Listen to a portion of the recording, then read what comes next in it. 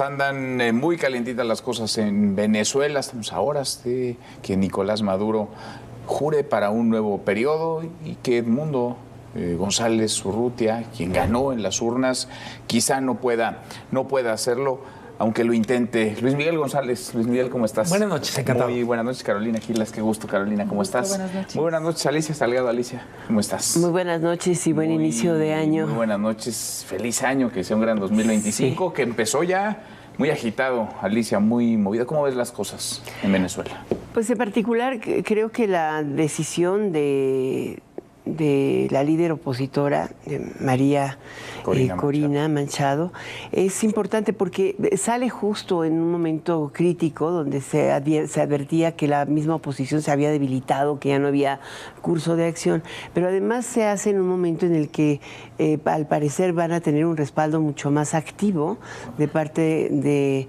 Estados Unidos por el Departamento de Estado y la posición de Marco Rubio, ¿no? Siendo él el próximo secretario de Relaciones Exteriores o jefe del Departamento de Estado, no solamente ha demandado o ha pedido desde todas las tribunas la exclusión de la comunidad internacional de Cuba y de Venezuela, sino que también ir más allá de las sanciones económicas. Y tan es así que la primera reacción después de la detención arbitraria y el secuestro de que es objeto María Corina, lo que se produce es una reacción en su red social diciendo que todo opositor debe ser libre. Y tras esa declaración pasaron casi 10 minutos y es liberada. Sí. ¿Algo pasó? ¿Cómo ves las cosas, Luis Miguel?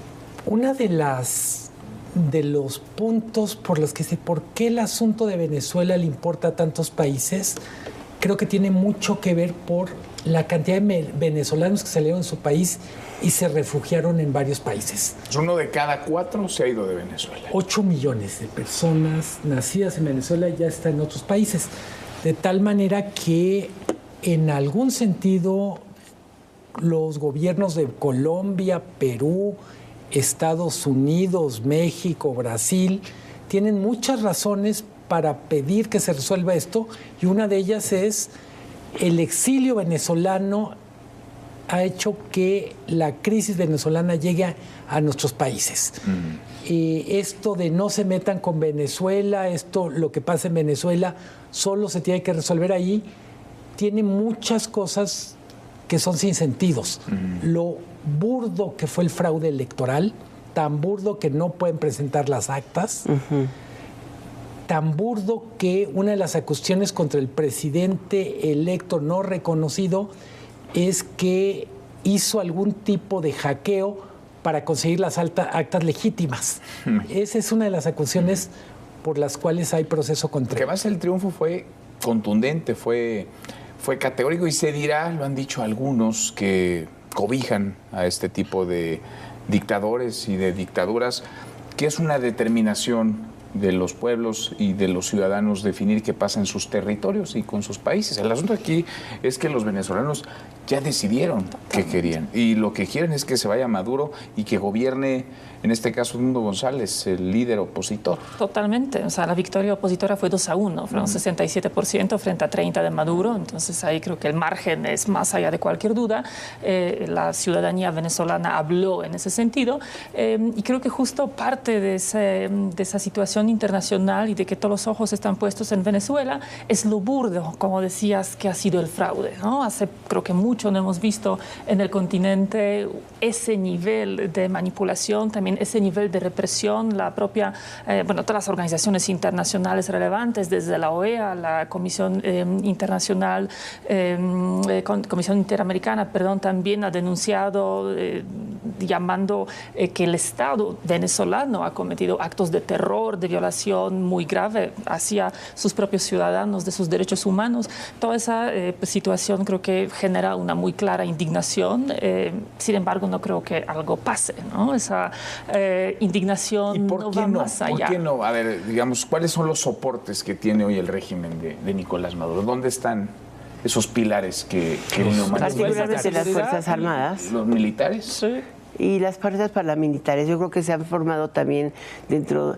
Es lo mismo que pasa en Nicaragua y lo mismo que pasa. Crimen organizado. Pues sí, es lo mismo que pasa en Nicaragua y también en Cuba y de alguna manera puedes entenderlo, o sea, las estructuras burocráticas en torno a estos grupos o estos partidos únicos y autoritarios y el control que ejercen sobre los mismos, debe haber tratamientos diferenciados en términos de ciudadanía. O sea, tú ves que salen muchos ciudadanos venezolanos porque tienen carencias básicas. Y no solamente es un tema de libertad hoy, es también un tema de carencia. Buscan comida, buscan cambiar su forma de vida. Y eso lo que hace muy evidente es que fincan todo su poder y su permanencia pues, en el uso de la fuerza y del control. No hay libertad. No hay libertad. Lo que pasó hoy es algo que ella salió, o sea, la última vez que se le vio a María Corina fue el 20 de agosto. Si algún periodista que es director de uno de los diarios nacionales, que todavía tiene relativo margen de expresión, él ha estado 2 veces en la cárcel, y decía, es que es muy chistoso, tenemos como una puerta giratoria, entonces parece de castigo. Te meten una vez a la cárcel y te sacan. Entonces, la presión sobre la familia es tan alta que acaban sometiendo. Y esto, por ejemplo, les ha pasado a todos los opositores. Le pasó al mismo Edmundo, ¿no? A su mamá, a su hija, a su hermana. A su yerno ahora. Y ahora a su yerno. Y también a María Corina. O sea, todo el grupo familiar, todo el grupo de amistad de cualquiera que se oponga es permanentemente asediado. Y utilizan estas técnicas de encarcelamiento escalonado. Ahora, en las últimas 2 semanas previas a la toma de posesión, se ha desatado esta ola de detenciones irregulares. El gobierno del presidente Donald Trump ha sido Biden ha sido bastante débil frente a lo que se esperaba, sobre todo por la acción, pero ellos se han beneficiado en gran medida del cerco venezolano obteniendo petróleo gratis o muy barato. Pues sí, que es otro de los soportes del régimen. Pues sí. Ay, cuando uno dice cómo se ha sostenido este régimen, sobre todo, y hay que distinguir, con Chávez podría haber mucho más polémica, con Maduro ha sido una caída libre. El Producto Interno Bruto venezolano es 15% de lo que era cuando Maduro tomó el poder. Puesto de una manera, si era 100, ahora es 15. Un desastre, sí. Significa hambre, significa desempleo, significa también más dependencia de los apoyos gubernamentales. Entonces, hablamos de, por la fuerza se sostiene con el ejército, pero también hay muchas personas en Venezuela que viven del régimen. Lo que ha muerto en los últimos años es todo lo que tiene que ver con economía de mercado. Se ha vuelto muy complicado tener un negocio, sobrevivir. En buena medida, el tema de Venezuela, puesto en una película que avanza rápido, es como uno de los países más ricos de América Latina se volvió uno de los más pobres en 15 años.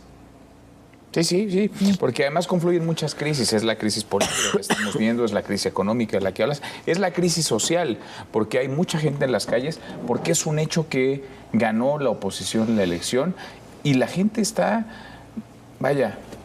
echada para adelante, pero sin tener demasiado margen para poder hacer más de lo que ya están haciendo. No, porque hacer más implica una confrontación violenta, implica una guerra civil en realidad, ¿no? O eventualmente quizá algunos van a apelar o buscar alguna intervención militar, quizá esperando que justo Trump, llegando a la presidencia con Marco Rubio, con los halcones, con toda esa ala del Partido Republicano que ha sido históricamente y sigue siendo muy contrario, muy crítico a las dictaduras de izquierda, digamos, yo lo pongo entre comillas, ¿no? Latinoamericanas, como la cubana, como justa venezolana, pero en realidad pues, creo que las opciones de acción realmente en este momento son muy limitadas. Yo dudo que mañana algo pase en el sentido que ocurra un milagro y que Edmundo González logre tomar posesión más que quizá de una forma simbólica, ¿no?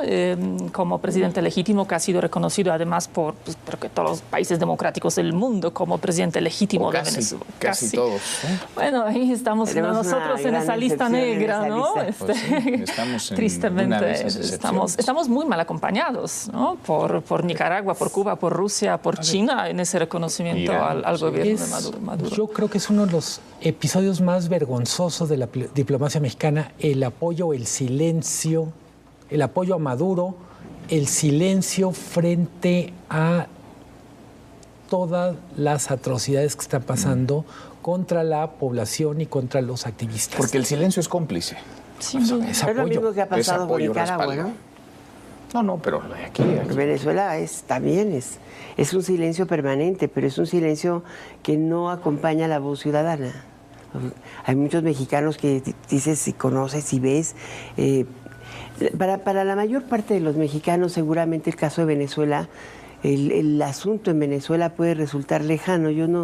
Tenemos realidades también muy críticas en algunas zonas de nuestro país, pero esta pérdida económica, por ejemplo, la manifiestan de manera muy aguda en la frontera de Venezuela con Colombia o en la frontera de Venezuela con Brasil. Y hay comunidades enteras atendidas por ACNUR que nosotros no vemos. Estamos deportando, por ejemplo, el caso de los refugiados de la crisis en Medio Oriente, los palestinos, en Egipto o en donde quiera, pero no ves los campos de refugiados que han crecido de una manera exponencial. Los puestos de arepas en la Ciudad de México han crecido. Pues sí. En la medida en que ha crecido la población venezolana en Ciudad de México, no es tan ajeno el drama. Estamos recibiendo miles de venezolanos y digo, esa parte a mí me gusta, que vengan venezolanos que puedan ser atendidos, pero no me gusta que vengan porque no tienen opciones en su país y nosotros no usamos el miligramo de poder que podríamos tener para cambiar las cosas en su país. En ese sentido, yo no he escuchado, hasta ahora no he escuchado, quizá mañana, y será probablemente muy tarde, al canciller Juan Ramón de la Fuente. No lo he escuchado sobre este tema, no he oído un pronunciamiento claro, nítido del gobierno mexicano, incluso gobiernos de izquierda en la región. Chile. Para no irnos más lejos y hablar de las democracias europeas. Petro es muy interesante. Gustavo Petro de Colombia. Que también estuvo bastante tibio en cierto momento, ¿no? Petro ahora está al nivel de Boric. El que se viene un poco abajo es Lula. Lula en algún momento pidió las actas y otras cosas y luego de repente se quedó calladito. Sí. Aquí México pidió las actas en ese grupo. O también después. Pero al día siguiente se quedó calladito. Sí. Yo creo que aquí justo estamos viendo lo que estaba señalando Alicia hace rato. Creo que de manera muy triste, muy lamentable, ese doble estándar, esa cierta ceguera selectiva que tiene el debate político en México, el debate público en México, ante ciertos casos, ante ciertas dictaduras, ante ciertas tragedias, ¿no? Porque así como hay mucha indignación, con toda la razón, sobre el caso palestino, no lo hay, como decía, sobre el caso venezolano, tampoco lo hay, por ejemplo, sobre el caso ucraniano, ¿no? Hay muchos otros casos en el mundo que nos tendrían que indignar y pareciera ser que esa ceguera selectiva pues tiene ese tinte de izquierda, derecha, quienes están cercanos a Estados Unidos, quienes están cercanos a Rusia. Creo que muy mal entendido en la geopolítica de hoy y también en la historia propia de estos países y de nuestro propio país. Es muy interesante. Preguntaba si ha habido un pronunciamiento. Hubo uno hoy en solidaridad con los damnificados por los incendios en Los Ángeles. Ahí sí. Ahí sí. Que ahí, pues, pelearse contra el fuego. Pues no hay bronca, ¿no? Y además solidarizarte con palabras de aquí para allá, pues sí creo, da la impresión que es uno de los temas en los que López Obrador fijó postura. En ese tema, alguien a quien yo admiro, Alicia Bárcenas, jugó también un papel bastante lamentable, porque de alguna manera se siente a gusto con los bolivarianos. Pero creo que es una buena oportunidad para Claudia Sheinbaum, sin confrontarse con López Obrador, simplemente decir lo que estamos viendo es algo que no debe pasar en América Latina. Decía Carolina, y me parece importante, ¿qué puede pasar? Creo que simbólicamente están pasando muchas cosas. El día de hoy la gran protagonista es María Corina Machado. De esto sale literalmente con una estatura. No. Pero ¿de qué va a servir si vas a elecciones? De hoy para mañana no, pero yo espero que en los próximos meses sí haga una diferencia. Sí puede servir de algo. ¿Cree que puede Sobre servir? todo apoyada por Estados Unidos. Creo que sería la enorme diferencia porque hasta ahora ningún opositor ha tenido un apoyo abierto. Que se visibilice, que se haga patente. Se puede. Con una presión mucho más estricta y suspende la compra de petróleo.